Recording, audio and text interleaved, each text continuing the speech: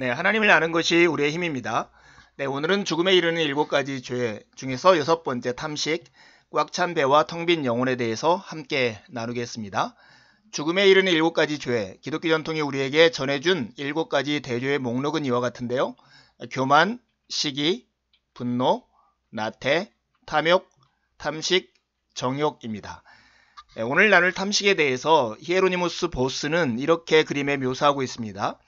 비만한 아버지가 식탁에서 고기를 개걸스레 먹어치우고 어린 아들이 그것을 달라고 보채고 있는 모습이죠. 여러분에게는 탐식이 있습니까? 우리 시대의 음식의 주인은 아주 특별합니다. 마치 부엌이 예배당과 같고 요리사는 성직자와 같고 식탁은 제단과 같고 배를 신으로 삼는 시대를 우리가 살아가고 있습니다. 선진국에서 가장 꾸준히 팔리는 책은 아이러니하게도 요리와 다이어트에 관한 책이라고 합니다. 의식주 문제가 사라진 선진사회에서는 맛있는 음식을 먹는 것과 살을 빼는 일이 주요한 관심사로 자리잡고 있다는 의미입니다. 이처럼 오늘날은 음식에 대한 무제한적 욕망 충족이 가능하고 그것을 온 사회가 지지하고 있으며 더 나아가 음식에 독특한 사회문화적 지위까지 부여하고 있는 시대입니다. 그래서 우리는 누가복음에서 주님이 하신 말씀을 기억해야 합니다. 너희는 스스로 조심하라. 그렇지 않으면 방탕함과 술취함과 생활의 염려로 마음이 둔하여지고 뜻밖의 그날이 덫과 같이 너희에게 임하리라.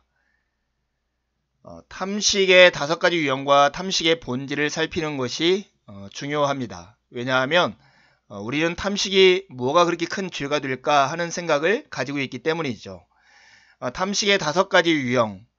탐식은 목구멍이라는 뜻의 라틴어 굴라에서 나온 단어입니다. 일반적으로 탐식이라 하면 정신없이 음식물을 목 안으로 집어넣는 것을 연상하지만 그레고리우스는 이것을 5유형으로 좀 더 세분화했습니다. 여러분에게 이 5유형 중에 한 가지가 속하는가를 살펴보시죠. 급하게 먹는 속식, 개걸스럽게 먹는 탐식, 지나치게 많이 먹는 과식, 까다롭게 먹는 미식, 사치스럽게 먹는 호식. 여러분 이 5가지 모두가 탐식의 유형입니다. 그런 의미에서 보면 탐식의 본질을 우리가 이해할 수 있는데요. 탐식의 근본적인 문제는 무엇을 어떻게 먹고 마시느냐에 있지 않습니다. 탐식의 본질은 음식을 통해 삶의 즐거움을 찾는 것, 그리고 그 즐거움에 대한 욕망이 삶을 이끌어가는 것입니다. 이렇게 먹는 것이 삶을 지배하면 하나님을 가까이 하고 도덕적으로 살려는 의지도 무너뜨립니다. 그래서 삶의 우선순위를 하나님 나라와 그 의에 두기보다는 먹는 것에 끌려다니게 되는 것이죠. 그래서 탐식이 무서운 죄가 되는 것입니다. 탐식의 특징과 탐식을 이기는 길을 그래서 우리가 알아야 하죠. 탐식을 한마디로 하면 배를 신처럼 섬기며 살아가는 것입니다. 바울은 탐식자를 두고 그들의 신은 배라고 표현했습니다. 이처럼 탐식은 배의 명령에 순종함으로써 마치 배를 신처럼 섬기며 사는 것과 같습니다. 탐식에는 무슨 특징이 있을까요? 그렇다면 우리가 탐식을 어떻게 이길 수 있을까요? 탐식은 무관심과 감사가 없는 삶이고 탐식의 딸들을 보면 탐식이 무엇인지 알 수 있는데 그게 바로 탐색입니다. 날씬함과 성적 매력, 이것은 21세기의 새로운 탐식이죠. 우리가 탐식을 이기려면 신령한 양식에 길들여져야 하고요. 금식과 음식을 감사함으로 받기와 구제와 이웃을 식탁에 초대하기를 실천함으로써 극복할 수 있을 것입니다. 탐식의 첫 번째 특징은 무관심과 감사가 없는 삶입니다. 탐식에 빠진 사람들이 보이는 대표적인 특징은 무관심한 태도와 감사가 없는 삶입니다. 식탁은 이처럼 음식을 중심으로 좀 더 고차원적인 삶, 즉 서로에게 관심을 가지고 섬기는 삶으로 나아갈 수 있는 공간, 서로 하나됨을 이루고 하나님이 주신 구원을 축하하고 함께 누릴 수 있는 풍성한 공간입니다. 하지만 탐식자는 음식과 관련된 그 모든 소중한 환경들과 그것을 주신 하나님, 그리고 사람들의 수고에 감사하는 마음을 가질 시간적 정서적 여유가 없습니다. 오로지 눈앞에 있는 음식으로 자기 배를 채우고 만족시키는 일에만 집중할 뿐이죠. 탐식의 첫 번째 특징이 무관심과 감사가 없는 삶이라면 두 번째 특징은 탐식의 딸들, 그리고 탐식을 통해서 확인할 수 있습니다. 그레고리우스는 탐식이 부적절한 희열과 물에 수다, 성적 불순, 감각의 둔화라는 딸을 낳는다라고 말을 했습니다. 배불리 먹고 포만감에 젖거나 술에 취하게 되면 말과 행동이 저속해지고 말이 많아지고 불경한 말과 우스꽝스러운 몸짓으로 사람들을 즐겁게 하려 하고 무례한 몸짓과 음란한 행동을 하는 등 더러운 악을 주렁주렁 맺기 마련입니다. 이 중에서도 성적 불순, 즉 정욕에 따른 행동은 종종 탐식이 낳는 가장 전형적이면서도 대표적인 죄로 취급되고 있습니다. 탐식은 인간의 감각을 둔화시키면서 육체적 기운을 일으켜 성욕을 유발시키는 역할을 합니다. 세 번째 탐식의 특징은 날씬함과 성적 매력인데요. 이것은 21세기의 새로운 탐식의 유형이라고 볼 수 있습니다. 20세기 후반 이후 풍요로운 선진사회에서는 건강과 다이어트에 대한 관심이 급증했습니다. 이에 따라 새로운 유형의 탐식이 등장하게 되었습니다. 이와 같은 현상 이면에는 날씬함을 아름다움과 성적 매력의 기준으로 인식하는 새로운 문화 트렌드와 이에 편승해서 몸치장과 외모지상주의를 조장하는 상업주의가 크게 작용하고 있습니다. 여성실학자 미첼 레류카는 이런 문화가 날씬해지는 것과 구원의 동일시를 조장해왔다라고 해석했습니다.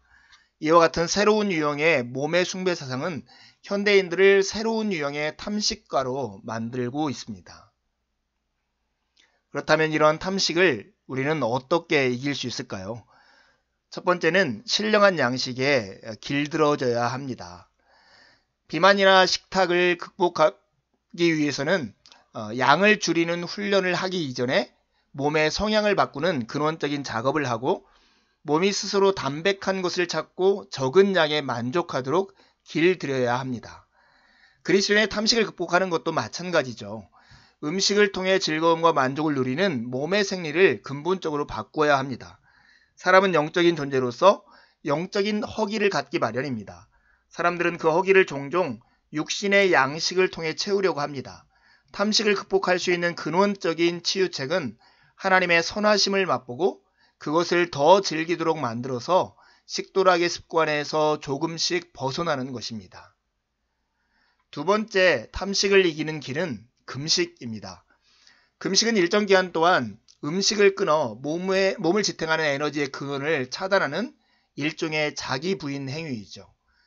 에바그리우스는 수도사들이 육체의 욕망이 사로잡히는 경우에 타오르는 욕망을 끄게 하는 방편으로 배고픔과 노동, 독거라는 특별 처방을 내리곤 했는데요. 이 중 배고픔은 금식을 가리키는 것입니다. 또한 금식은 신령한 즐거움을 누리기 전에 선행되어야 하는 훈련인데요. 기독교의 역사를 통해 매년 교회 안에서 시행되어 온 두 행사는 바로 금식과 만찬이었습니다. 절기가 되면 온 교회는 함께 금식했고 뒤이어 만찬의 축제를 즐겼던 것입니다. 이것은 교회가 가진 거룩한 리듬이었던 거죠. 금식을 이기는 세 번째 길은 음식을 감사함으로 받기입니다. 금식은 탐식을 극복할 수 있는 훌륭한 방안이지만 그렇다고 성경이 음식을 삼가는 것을 경건한 삶이나 윤리적인 삶으로 가르치지는 않습니다. 오히려 성경은 이런 식의 가르침을 엄중히 경계합니다. 바울 당시 금기시했던 음식 문제로 논란이 있던 로마 교회에게 바울은 그리스도인은 어떤 음식이든 하나님과 그의 영광을 위해 먹고 감사하면 된다라고 가르쳤습니다. 칼뱅은 한 걸음 더 나아가서 각종 음식을 통해 얻은 기쁨은 정당한 즐거움으로서 신자들은 이것을 적극적으로 누릴 수 있어야 하며 그것이 하나님이 의도하신 바라고 생각했습니다. 그래서 탐식을 이기는 길 중에 하나가 음식을 감사함으로 받는 것입니다. 네 번째 탐식을 이기는 길은 구제입니다. 그레고리우스는 탐식을 극복할 수 있는 가장 좋은 훈련은 다름 아닌 사랑의 실천이라고 주장했습니다. 음식을 금하는 것보다 가난한 사람에게 음식을 나누는 연습을 하는 것이 몸의 욕망을 다스리는 훨씬 효과적인 훈련 방법이라고 생각했기 때문입니다. 아우구스티누스 역시 금식을 구제와 연결시켜 가르쳤는데요. 자기가 먹을 것을 줄여서 그것으로 가난한 사람을 섬기는 행위는 하늘의 보물을 쌓는 일이고 굶주린 그리스도인을 대접하는 일이라고 생각했습니다. 탐식을 이기는 5번째 길, 이웃을 식탁에 초대하기입니다. 이와 같은 나눔을 일상으로 더욱 풍성히 살아내는 실제적인 방법이 있습니다. 바로 이웃을 식탁에 초대하는 일입니다. 그런 삶이 몸에 익히면 음식은 더 이상 자기 만족의 도구가 아니라 이웃과 연결되고 사랑을 나누는 거룩한 매개체가 됩니다. 그것이 가능할 때 폐쇄적인 자기 욕망과 자기 배반을 섬기는 삶에서 하나님 안에서 이웃을 섬기는 열린 환대의 삶으로 나아갈 수 있을 것입니다. 교부 히에로니무스가 말했듯 우리 식탁에 가난한 사람과 나그네들이 앉아있는 모습이 익숙해지면 그들과 함께 그리스도께서도 손님으로 우리에게 찾아오실 것이란 뜻입니다. 여러분, 우리가 알고 있는 초대교회는 말씀의 공동체였을 뿐만 아니라 밥상 공동체였다는 것을 기억해야 합니다. 여러분, 이 나눔을 들으면서 탐식이 정말로 위험한 죄구나 하는 것을 깨달았습니까? 그렇다면 우리가 2가지 질문을 하고 이 과를 마치려 합니다. 첫 번째 질문은 초대교회와 중세교회가 탐식을 심각한 죄로 취급한 이유는 무엇입니까? 여러분은 탐식이 심각한 죄가 될 수 있다는 사실에 동의하십니까? 2번째 질문입니다. 탐식의 5 유형을 말해보고 탐식을 극복할 수 있는 실제적인 방법, 특별히 당신이 가지고 있는 방법이 있다면 나누어 주시겠습니까? 감사합니다. 한 주간도 주님 안에서 지내고 복된 주일에 함께 만나 기쁨으로 예배하시죠.